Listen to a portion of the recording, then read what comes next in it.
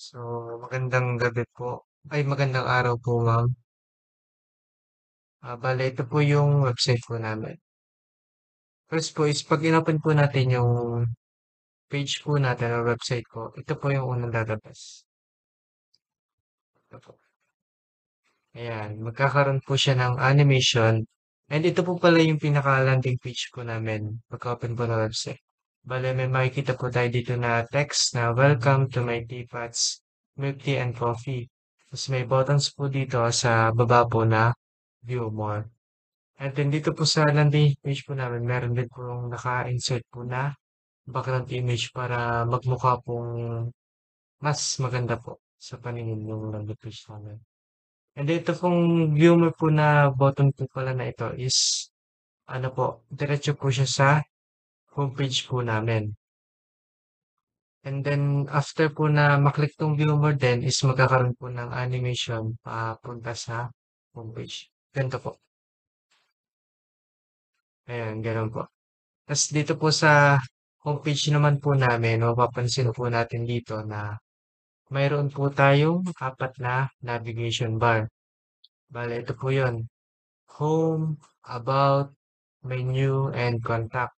And then may border box po tayo dito na para sa navigation bar. Dito naman po sa left side po natin, papansin po natin na meron po ditong maliit na logo na may nakalagay po na text na may teapots. And then yung logo na coffee. And then mapapansin po natin dito na meron din po tayong header po na start your day with my teapots coffee. And then ito po, delicious refreshing na text. And then yung description po. And then dito naman po sa baba ng description, sa lower left, papansin po natin dito na may dalawa po tayong button, which is clickable po itong dalawang to, yung About Us, tsaka ito pong Our Menu. Pag kinlik po natin itong About Us, diretso po tayo sa About page po ng ating website. And then, ganoon din po dito sa Our Menu, pag kinlik po natin to, diretso po tayo sa menu page po natin. And dito rin po pala sa ating homepage, papansin po natin na nandito po yung picture po ng physical store natin sa loob po ng LSPU campus. Ito po yung store po mismo. Ito pong background image po na ito. And then ito na nga po, pag click po natin about us, diretso po tayo sa about page. Ayan. Papansin po natin dito is sa about page, ganun pa rin po. Dito pa rin po yung navigation bar, yung logo. And then dito po sa left, makikita po natin yung picture po ng ating owner, image po. And then sa bottom naman po niya is dito po natin yung text na San Pablo, Laguna, LSPO Campus, which is doon po nakalocate yung ating physical store para sa mga gusto pong pumunta or mag-avail. And dito po may header po na welcome message na may text na welcome to my Tipas shop.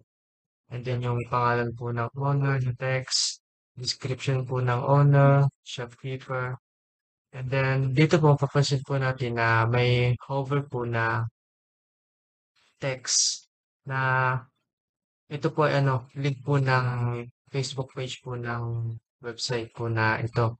And then by calling may naka-separate po na color yung 0983 number po para mas madali po siyang makita para sa mga gusto pong kumontak sa ating website. And then sa baba naman po nun, ng description, makikita po natin dito yung actual picture po ng mga nagpunta sa physical store natin o yung mga nag-order po ng ating mga product. Ayan po. Po yung mga student po na bumibili po sa ating store. And next naman po is yung ating menu page po. Ito po. Ayan, dito po papansin po natin, unang-una yung ating left arrow button po. Clickable po yan. And then dito lang po sa right, meron din po nun. Ayan. Clickable po yan, dalawang yan. Bale, dito po may text po na it is our pride to offer premium quality product from all over LSPU. And dito po sa una po pagkapunta natin ng menu page is ano po siya, wala pa po siyang naka-show na mga product. Bale, i-click pa po natin siya para ma-view po lahat ng product natin. Ayan, all product. Bale, ito po yung sa matcha green milk tea, yan po milk tea, coffee, bread, ayan po. And then may separate naman po dito na category na kapag click po natin yung milk tea, ayan, milk tea lang po yung lalabas na mga product. Ganon din po sa coffee, category. Ayan, coffee lang din po yung lalabas. And gano'n din po sa bread. Ayan po. Tas yung updated product nga po is explain po yan ni Karido po later on. Ay ito po pala yung purpose po nito ay itong left arrow button na kapag kinlik po ito, didiretso po ay ano po tayo, pupunta po tayo sa previous na pinuntahan nating web pages po. Katulad po nito. Ayan, pupunta po tayo dito sa ating about page po. Yung ganun po yung purpose nun. Para makabalik lang po sa unang web pages na ating inisit. And ganun din po sa right button. Pag sa right arrow button naman po is didiretso po tayo sa next pages po natin. Katulad po ito. Ayan, dito po, nandito na po tayo sa contact pages po. No? Papansin po natin dito na may hover na contact us, text na thank you for your interest in our product and services. And papansin po natin dito sa left side po natin is may contact form po tayo dito na may your name, your email, and yung message po natin. Kunyari po ay name, Mike Angelo, and Machensa. Email, Angelo at gmail.com. Message one po is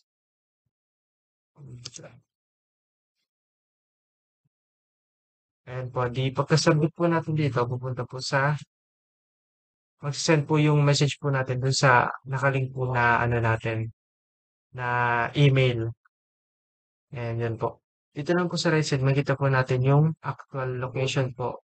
Kung saan po naka-link yung ating physical store po. Which is dito po yun sa Laguna State Polytechnic University sa may San Pablo po. Ayan. Pagka-zoom po natin, ayan, pupunta po tayo dun sa actual location para mas madali po natin mahanap yung ating store po. Ayan, pwede po natin pagka ng ganito para mas madali pong makapansin. Ayan. Bali, ayun lang po ma'am. Yung sa ating web pages po. Yun lang po. Thank you. So, ito po ang aming website po. So, pwede po dito mag-register po ng name, tsaka po ng email and password po.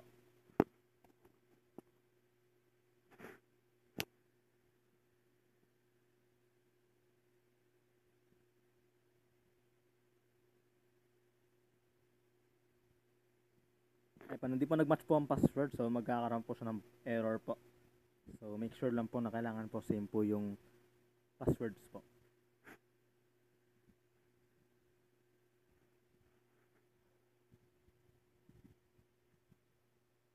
So, ito po ang aming website. So, move naman po tayo next sa product po. So, dito po pwede po mag-login si admin. Yan po password. So, dito po muna tayo sa users po. Pwede po tayo mag-delete ng user po. Kaya po mag-add po.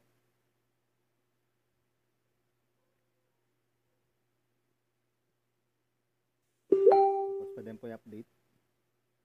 Maglalagay po muna ako ng username tsaka po ng email sa user section po. Hanap po natin Kyle X po. Add user.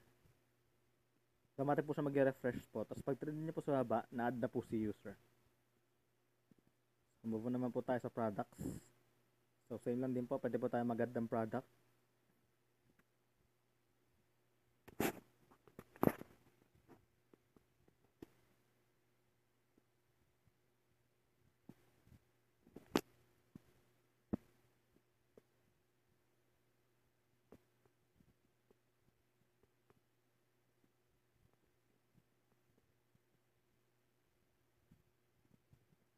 Mag-add po tayo ng product.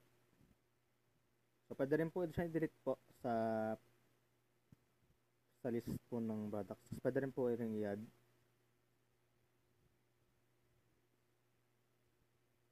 So, tingnan po natin kung nag-reflect po siya sa changes po sa website.